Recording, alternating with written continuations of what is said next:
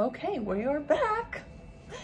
Okay, we're gonna do a review of kind of like everything that we went over in the last couple classes. Okay. So we talked about some of, I don't think we ever really talked about third trimester discomforts or relief options, but obviously there's gonna be some discomforts that comes with pregnancy. For sure. Yeah, toward the end. So we can go over that at the end if we need to, but prepping for a baby, obviously you're gonna want a good spot for your baby to sleep, and you need to think about like how you're gonna feed your baby. Are you gonna need childcare? In any situation, do I need to bring a lot of things with me to the hospital? Or to the birthing center? Either way. Yeah, I mean, if you haven't chosen where you're gonna give birth, but you also are gonna be able to do those tours, hopefully, of each individual place. And that should be able to help you with deciding on what you need. So if you're having a home birth, typically, sorry, I'm getting my jacket, I'm cold. In a home birth setting, typically you are gonna bring like your own supplies or purchase your own supplies. Okay. We can kind of, I have a handout for that actually, Okay. but your midwife would also have a handout for that.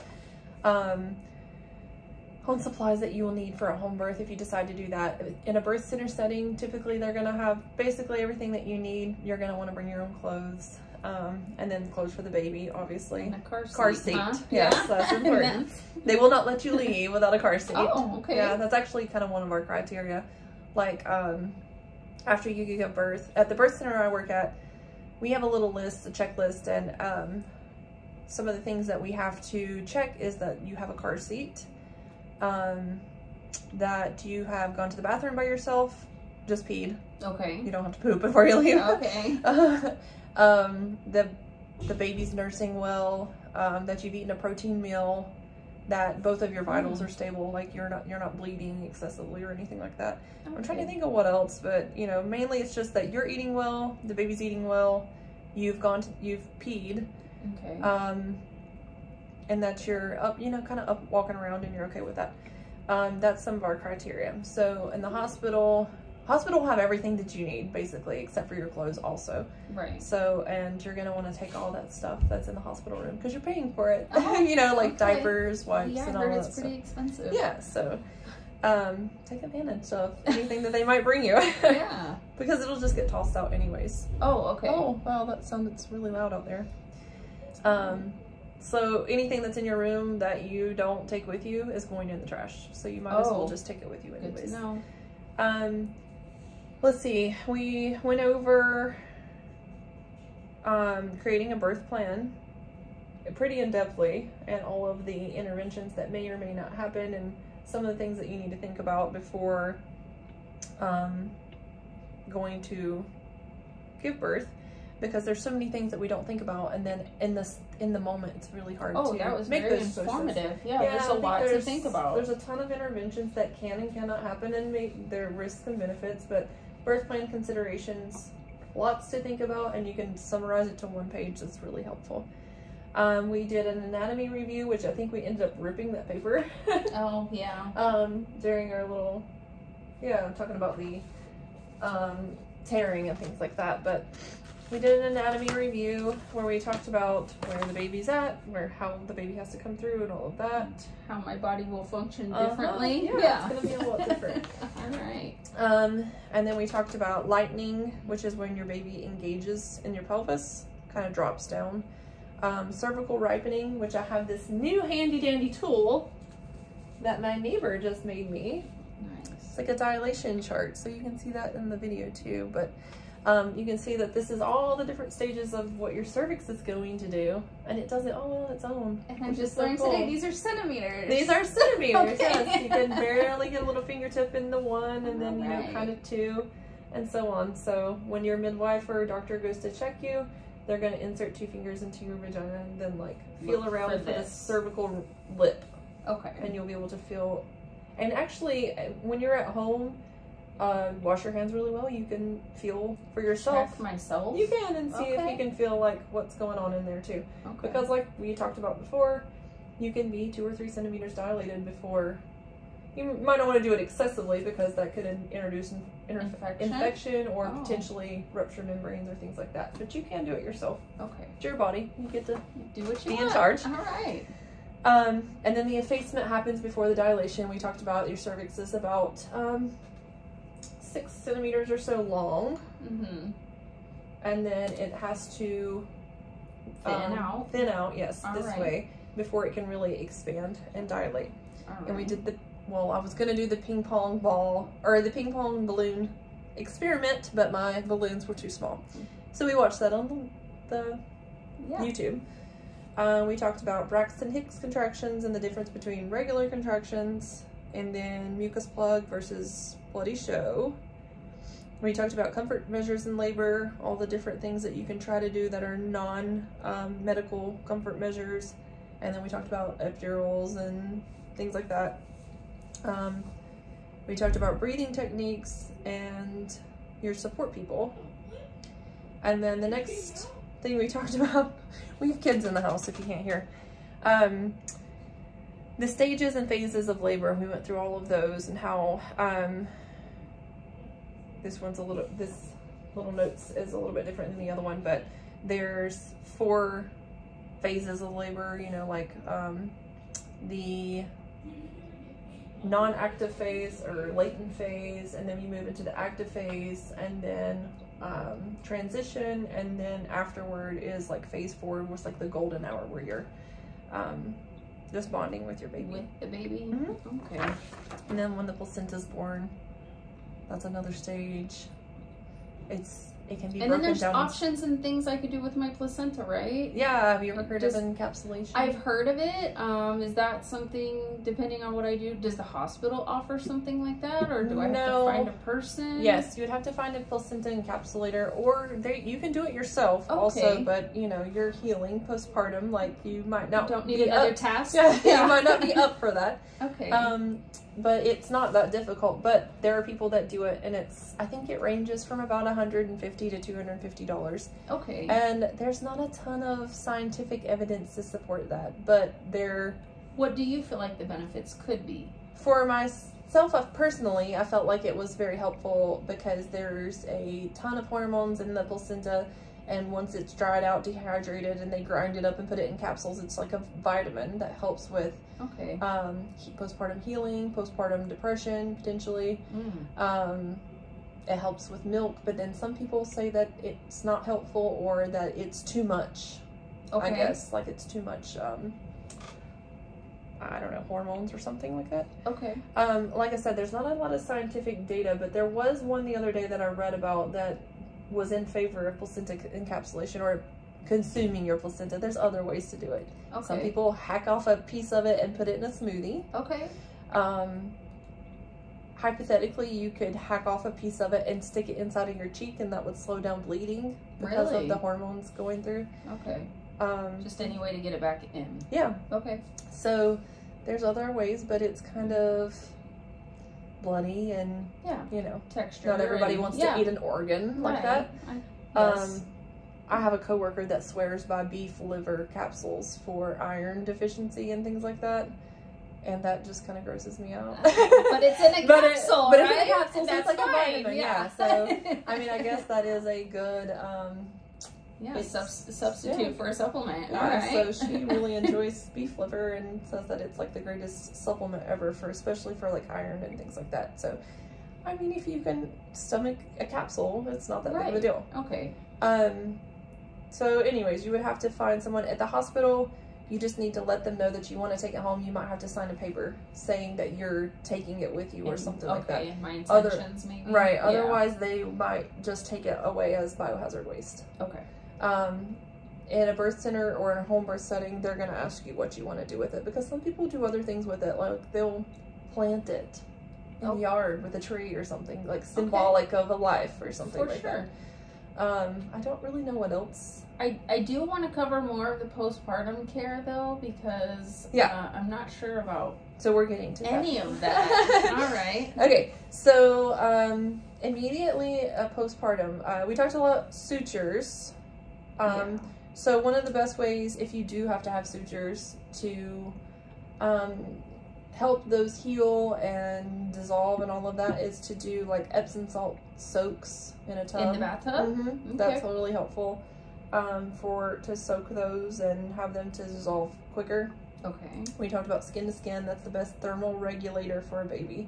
So the thing that you'll notice the most if the baby gets too cold or something is like they'll have a respiratory issue, like they're having a hard time breathing or something like that. So if the baby's not warm, you want to put them skin to skin.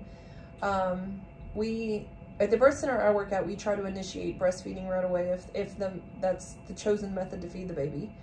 That helps with release oxytocin, and that helps the uterus cramp down. So you're gonna have cramps after the baby's born, and it's like period cramps or labor cramps? Yeah, it's gonna be like contractions, but not as severe. Okay. And those are good because that's helping your uterus clamp down. Okay. And it's helping it not bleed as much and things like that. So it's actually a good thing. The bleeding and the discharge after the baby's born is called lochia, and that can happen from 2 to 6 weeks after the baby's born. Oh. So it's gonna start out like a period, like a pretty heavy period. And then you're gonna move on to like slower and slower and slower. However, that's the best indicator that you might be doing too much, is that your flow will increase. Oh, okay. So if I get to moving around too much? Yeah, like if you're not resting well and you get out and you try to do too much one day, like, I don't know, a few days after the baby's born, you're going to notice like probably an increase in the flow, and that's going to be something that might, you might need to, take it easy or something like that. Right. The first couple weeks after the baby's born is going to be a little crazy, a little hectic. Usually the first day after the baby's born, the baby's really sleepy, doesn't nurse a lot, and everything's calm, which is great. Mm-hmm. And normally around night 2, things get a little crazy, mm-hmm. and the baby's cluster feeding. Cluster feeding is when the baby's like wanting to nurse every 10 minutes. The whole time? Oh. Yeah. And you're going to want to cluster feed because you want your milk to come in, and at that time you only have colostrum to feed the baby. So the colostrum is very high in fat. It's all the baby needs. They do not need any water or any additional supplements or anything like that, but that's going to help bring in your milk by nursing every little bit. Oh, okay. So that's something that you're going to want to expect, is that like usually day 2, day 3 can be a little hectic and a little crazier than the first day or so. Oh gosh. All right. So breastfeeding, you plan to breastfeed? I do. Okay. I hope so. Yeah. So if you start to have any kind of difficulty with breastfeeding, it's really good to get in contact with a lactation consultant, because they can help you with basically anything breastfeeding related. And a lot of them will do home visits. They're covered by insurance, and that's just like super helpful. They have all the tips and tricks. Yes, that's what they do. So if you want to pump, like if you need to give the baby a bottle, you're not going to want to pump for like the first couple weeks, because your milk's going to come in and you want to regulate your milk. If you start pumping, you're going to increase its supply and demand. So you're going to increase the milk, and then you're going to have probably, too much going on. And that can lead to infection or mastitis. Mastitis is an infection of the breast that is extremely uncomfortable. A lot of times you have you can feel heat on your breast, and there's like red streaks, then you feel like you have the flu, and that's bad. Infection, huh? Yeah, okay. You're having a temperature, a fever, and things like that. So if you start to feel anything like that, you definitely need to give the midwife or the doctor a call and get some antibiotics. Okay. But another thing that can happen is plugged ducts. The milk comes out through the ducts, and they can get plugged, and it feels like a little nodule, like it's kind of uncomfortable. So that's something that you might want to like kind of massage, and that gets it to come out. So another method to try to get those to move along is to dangle feed, which is you're basically like dangling over your baby, or like kind of doing like a push-up above them. Okay. Or not necessarily a push-up, but you can kind of do like this and kind of dangle it. Is that prevention, or is that if you have the plug duct? Yeah, if you feel like you may have a plug duct, you can massage and kind of dangle. Okay. Feed is what it's called. Another good position for, especially for newborns, once your milk comes in, is kind of a laid back feed where you're laid back on a couch or something and the baby's kind of laying on you. Mm-hmm. That helps the baby from not like taking in too much milk and all right, like, yeah, that causes issues. Breastfeeding helps contract your uterus. We already talked about that. The flow of oxytocin is going to make your uterus contract down and help your uterus go back into the position that it was before. It lowers the risk of depression. It helps boost antibodies in the baby. So all the antibodies that you have. So I think this one's like extremely important right now with COVID and all that going on. Like if you had COVID at some point, you're going to pass on those antibodies to your baby. Oh, so that's it's like a a natural okay antibiotic to your baby. Okay. Helps boost their immune system. If your baby is exclusively breastfed, however, they may not get enough vitamin D because that doesn't transfer through breast milk very well. So you should probably look into doing an oral vitamin D supplement, and it's just like drops. Okay. A lot of times the hospital will give you a prescription for it anyways, and you just give them a drop or two a day or whatever. Breastfeeding usually prevents menstruation, so you are not period. Not gonna have a period. Okay, cool. Most people, think that that's also a good method of contraception, but not always. You can. So I can't depend on that. Can't depend on it. It is pretty.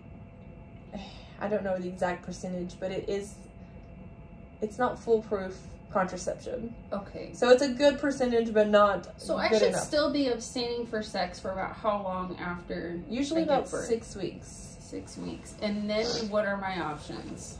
So contraception after breastfeeding. So about 4 to 6 weeks after you have the baby, you're usually going to go back for like a postpartum checkup with your doctor, midwife, and they're going to ask you about contraception. You have the option to, kind of do like a natural family planning. That's where you're just, well, depends on how strict you want to be. Some people do a temperature every day. I don't know the exact criteria. I have it in books and things like that, but you have to starting when I ovulate, right? Okay. And abstaining or using a barrier method during that time. Okay. An IUD is an option. And then you could also, if you're not planning on having any more children, a permanent method such as a vasectomy or having your tubes tied. Okay. A tubal ligation. Or, you can take a pill, even if you're breastfeeding. It's called the mini pill, and it's got lower progesterone levels or lower estrogen. Oh, and then it wouldn't affect my milk supply? Should not affect it as much if it would at all. Okay. So that's also an option. Okay, so let's talk about mood disorders after the baby's born. So a lot of people, 3 or 4 days after the baby's born, you have this like surge of hormones and you're like riding high, right as the baby's born. With the good. Kind of a peak, and then afterward you're kind of going down on a slope. So all those hormones, that's another thing that placenta encapsulation is being known for, is to kind of stabilize those hormone levels. But like I said, not a lot of scientific research on it, so can't say that for sure. But if you're having, a lot of people have like what's called baby blues after the baby's born, and that's just where you're kind of sad and sappy sometimes, but not all the time, and you're happy. Okay. A good majority of the time. So this won't definitely happen to me? No, not necessarily, but potentially. Okay. It's just something to think about. Be aware especially of. Your partner might want to know that this could happen. Because if it happens for an extended amount of time where you're sad, or, you're having crying spells, or, like you're feeling anxiety or sadness or anything like that could be something a little bit more like postpartum depression. There's a few other postpartum mood disorders that are more extreme, like postpartum psychosis and things like that. But that would be, like I said, a little bit more extreme. Your partner would know something is wrong. Okay. And they would more notice than I would myself? Possibly. Okay. But if they do like notice that you don't want to take care of the baby or something, or you're not taking care of yourself, which is really important. that might be a need to go see a doctor or go see the midwife, or even potentially like a therapist or a psychiatrist or something like that. There are antidepressant medications if needed that are safe while you're breastfeeding and things like that if you needed to do that. Okay. So postpartum care, breast care, like obviously once your milk comes in, your breasts are going to be much heavier. You're going to want to wear a supportive bra, you know, to support and not, so you don't get like a backache and things like that. Oh, okay. And keep your nipples dry, because once your milk comes in, your milk may leak and things like that. You want to keep them dry. They could be cracked if you're not getting a good latch. Lots of things to think about, huh? That sounds terrible.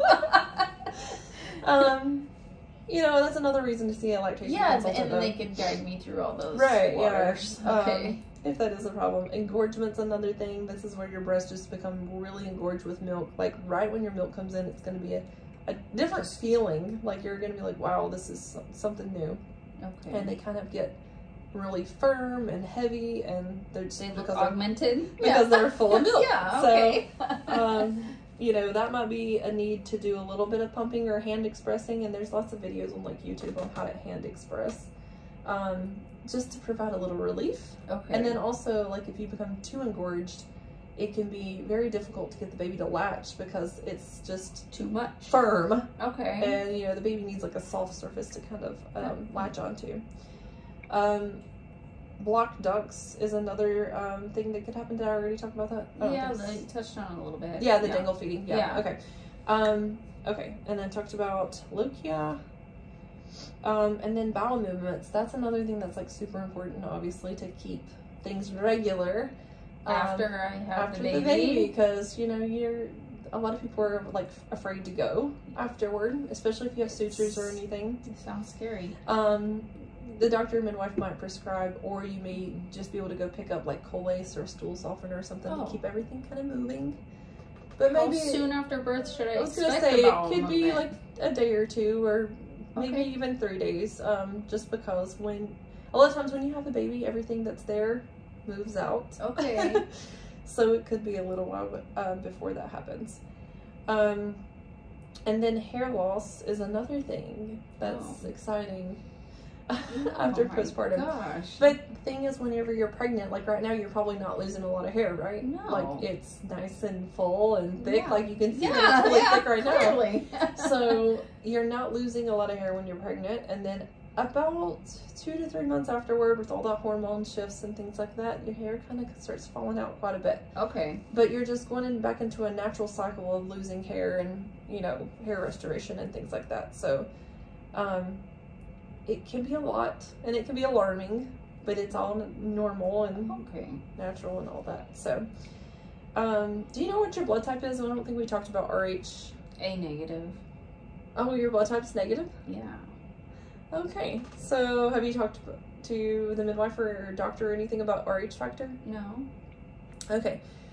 So, the RH factor means that, like, okay, so most blood types have an antigen on the blood platelets. This is like super scientific, but negative blood types do not have that antigen. Have you been typed yet? Well, obviously you've been typed, but they haven't done any further testing or anything? Mm-mm. Okay, so they're normally, since you haven't been pregnant before, they're going to test your blood. They know that it's A negative. They'll probably do another test in the 2nd trimester to make sure, well, soon, to make sure that you are negative. Okay. And then there's going to be, you're going to be offered what's called ROGAM, or immune globin. I can't even say it. It's very hard to say. Okay. So is that a shot? Yeah, it's a shot that you get in the 3rd trimester, and then after birth if you need it. Just one? Well, both times. Okay. But yes, one shot. Okay. And if anything happens during your pregnancy that's like traumatic, like you get into a car accident or anything like that, anything where your blood and the baby's blood could mix, and which it typically can happen at birth, when the placenta separates, the blood can mix. Okay. So the negative blood and the positive blood, when it touches the negative blood, that makes the negative blood start forming antibodies against the positive blood. Okay. And then once you are, they call it sensitized, meaning once you have the bloods have crossed, then your body's going to form this antibodies, and that could be potentially devastating in the future with future pregnancies. Oh gosh. It's like the antibodies will attack a positive pregnancy. Oh. So if your baby's positive, which like 85% of people are, you're kind of one of the rare ones. Okay. That you have a negative blood type. All right. But they'll double check that just to make sure. But they're gonna offer you the shot. It's usually called Rogam. That's just a brand name. But it's made out of a blood product. So if that's something you're sensitive to, like you don't want to take blood from someone, like, you know, that's another birth preference too. Like they're gonna ask you, like, if you needed a blood transfusion, would you take one? Okay. Because there's some people in religions and things like that don't believe in that. But also the Rogam is made out of a blood product also. So if it's something that you're sensitive to that you don't want, it is optional. But 17% of people will become sensitized to the RH factor if the maternal fetal blood mixes. Okay. And if you get the Rogam, that knocks it down to 1%. Oh, okay. So it's a significant difference. Right. So they would give it to you usually around 28 to 30 weeks. And then also again, they will do a test on the baby, blood test on the baby as soon as the baby's born to see if it's RH positive or RH negative. If it's a negative baby, then you don't have to do the second shot. Fine. Right. Okay. So if it's positive baby, then they'll give you another dose of it about 72 hours before the baby, or after the baby's born. All right. So that'll be definitely something to follow up on. Yeah. That's interesting. There's a lot there. There's not a lot of people that are negative. My husband's one of them that's negative, but it doesn't affect men as much because there's not they don't go through this process. The cross of blood. So okay. Wow. Let's see. Jaundice is another thing that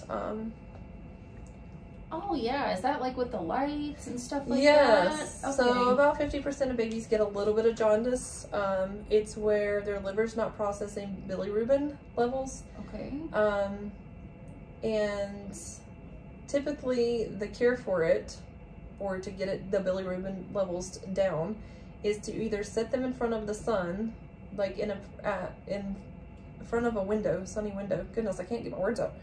That helps the bilirubin break down into a water-soluble form where it can process out of the body, or just on-demand breastfeeding constantly, because that's getting enough, like, you know, watering food, it down, right, and getting it where they can poop it out, basically. Oh wow, okay. So having several bowel movements right before or right after the baby's born is a good thing, and can usually help decrease jaundice. Another thing that helps decrease jaundice is delayed cord clamping. Okay. Getting all of their blood back in their body.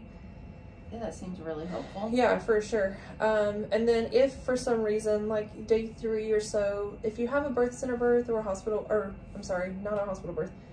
If you have a birth center birth or a home birth, usually you're going to have a home visit with the midwife, or somebody will come to you and check on the baby. And by day 2 or 3, if the baby's a little bit jaundiced, then it's okay. We'll just encourage like more breastfeeding and then sitting them in front of the sun.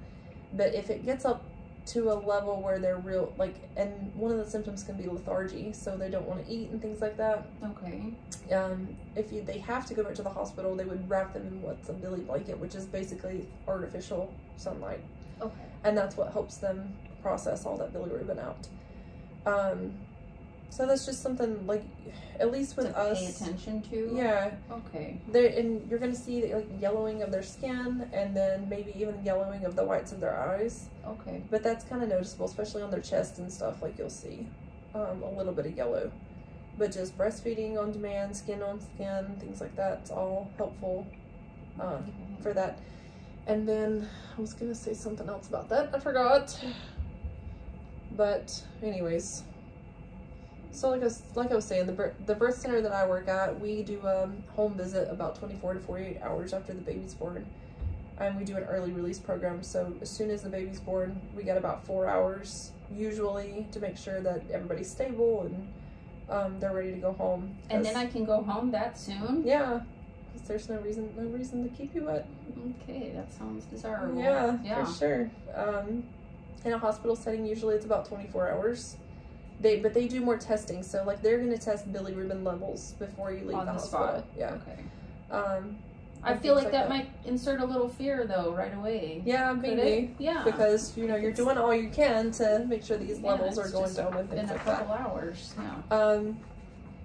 But yeah, so, I mean, I don't want to like paint a bad picture of any of them because there's good in all settings. So all three are good for somebody, and they're find what's right for me. Yeah, you have to just kind of figure out what your values are and what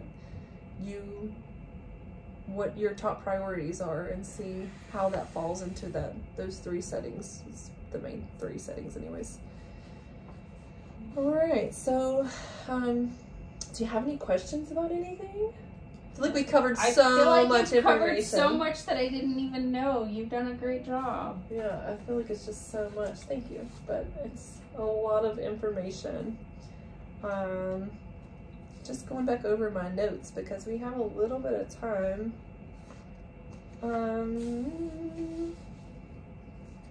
It's a lot to process, right? It is.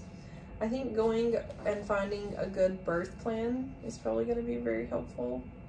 Do you think figuring out my birth plan might help me figure out which setting I want to give birth in? Yes, and I have another... Because the things that are important to me really are dictated by where I'm having the baby and who will honor those wishes. Right, can be. Okay.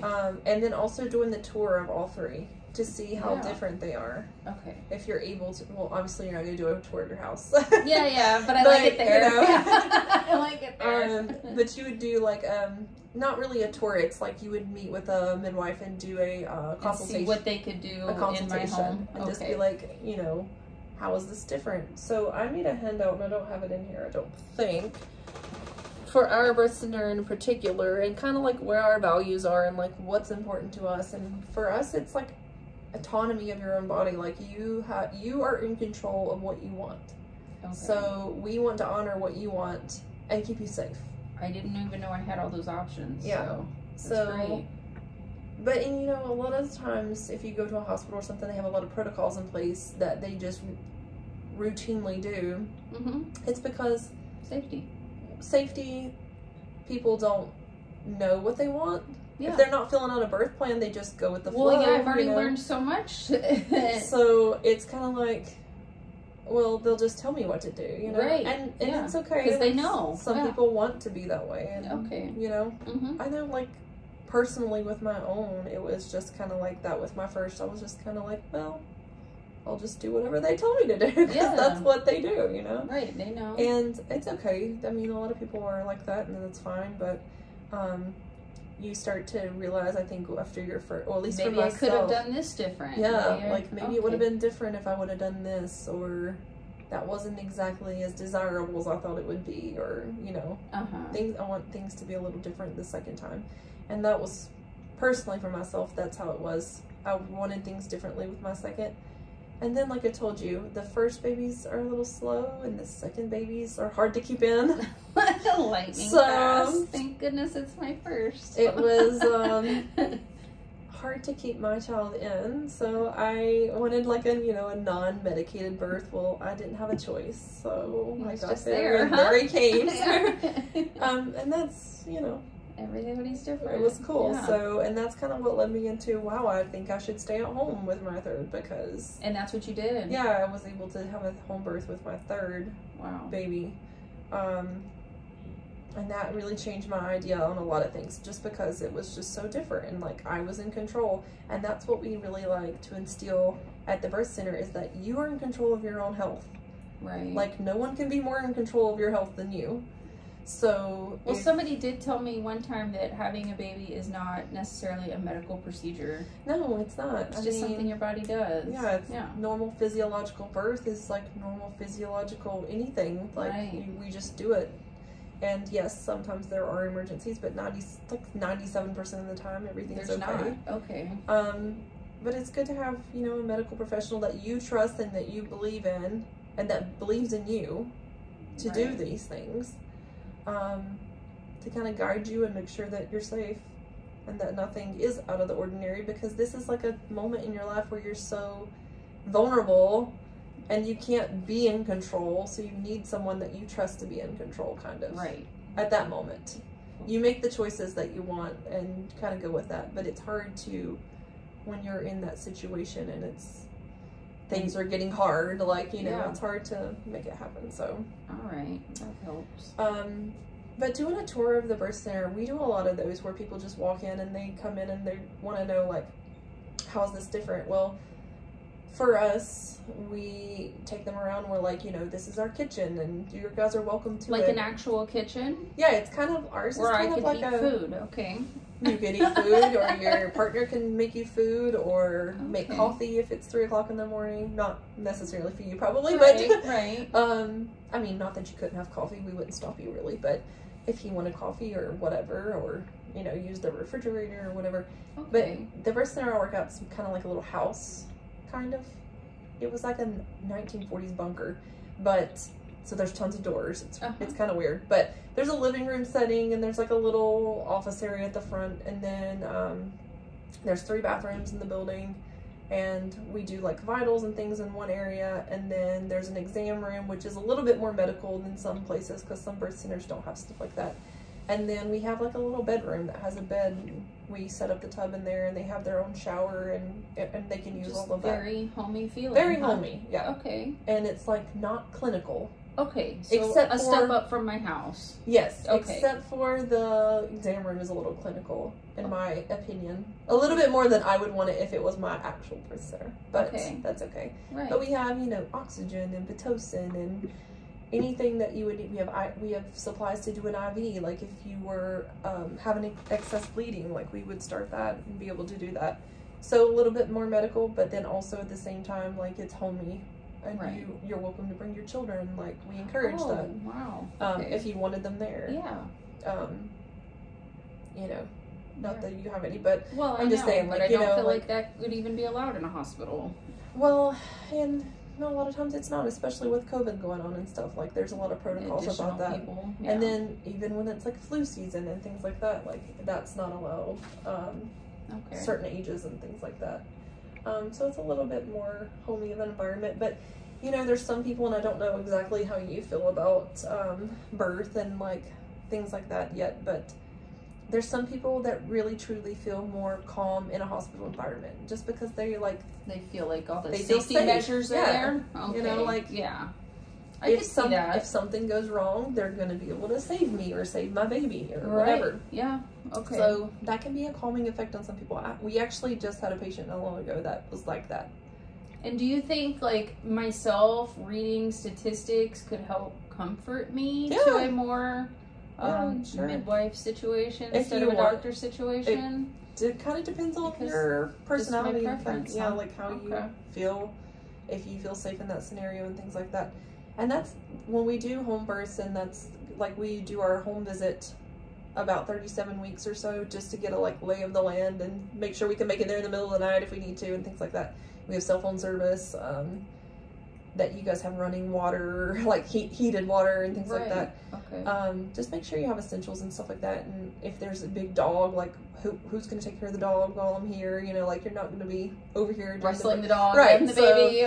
It's just to kind of like do a visit and like make sure that everything's kind of ready to go. And then that's kind of like my closing question is like, do you feel at peace giving birth here? Like, do you feel like it's going to be a calming environment, or do you feel like it's going to be chaos? Do you feel like I'm going to be more comfortable in a hospital situation or something like that? But I also have a tool that we can look at too, and I don't have it right at this moment, but it's the Ottawa decision making tool. I think is what the name of it is. And it's basically like a few pages, and you can like literally say, I'm looking at these 3 options, and it'll take you through step by step to see what your priorities are, what your so yeah, like what's important to you, when you have to make a decision by. I can't remember exactly what all the questions are, but it takes you through all these different things. Who's going to help influence your decision? So like your partner might have a say. Sometimes the husband, a strong opinion, huh? Sometimes they're a little hesitant about home birth or birth center birth. Okay. They're more like, no, we should be in a hospital. This is where birth happens. Okay. Things like that. So if that's the case, then you guys could sit down and go through this decision-making tool, and that could help you, guide you in your way to making a birth decision. What I choose. Okay. So, do you feel like that answered your question? Yes, big time. I have all these books and stuff over here. I have a lending library, so if you wanted to, okay, like, you can go through any of these books. Well, I mean, this is not all of them. I have a ton. There's a lot to learn, I see. So. And I mean, this one's just literally on breastfeeding, and then I have this book on hypnobirthing. We were talking about that yesterday. All right. This is a good book to teach you how to do hypnobirthing if you wanted to. But I have a ton of books that you could take any of them home and read them and learn about any of this stuff. So, okay. If you have more questions, you can ask me that later or now or whenever. But hopefully you feel like you've learned something. I've learned a lot. Thank you so much. You're welcome. All right.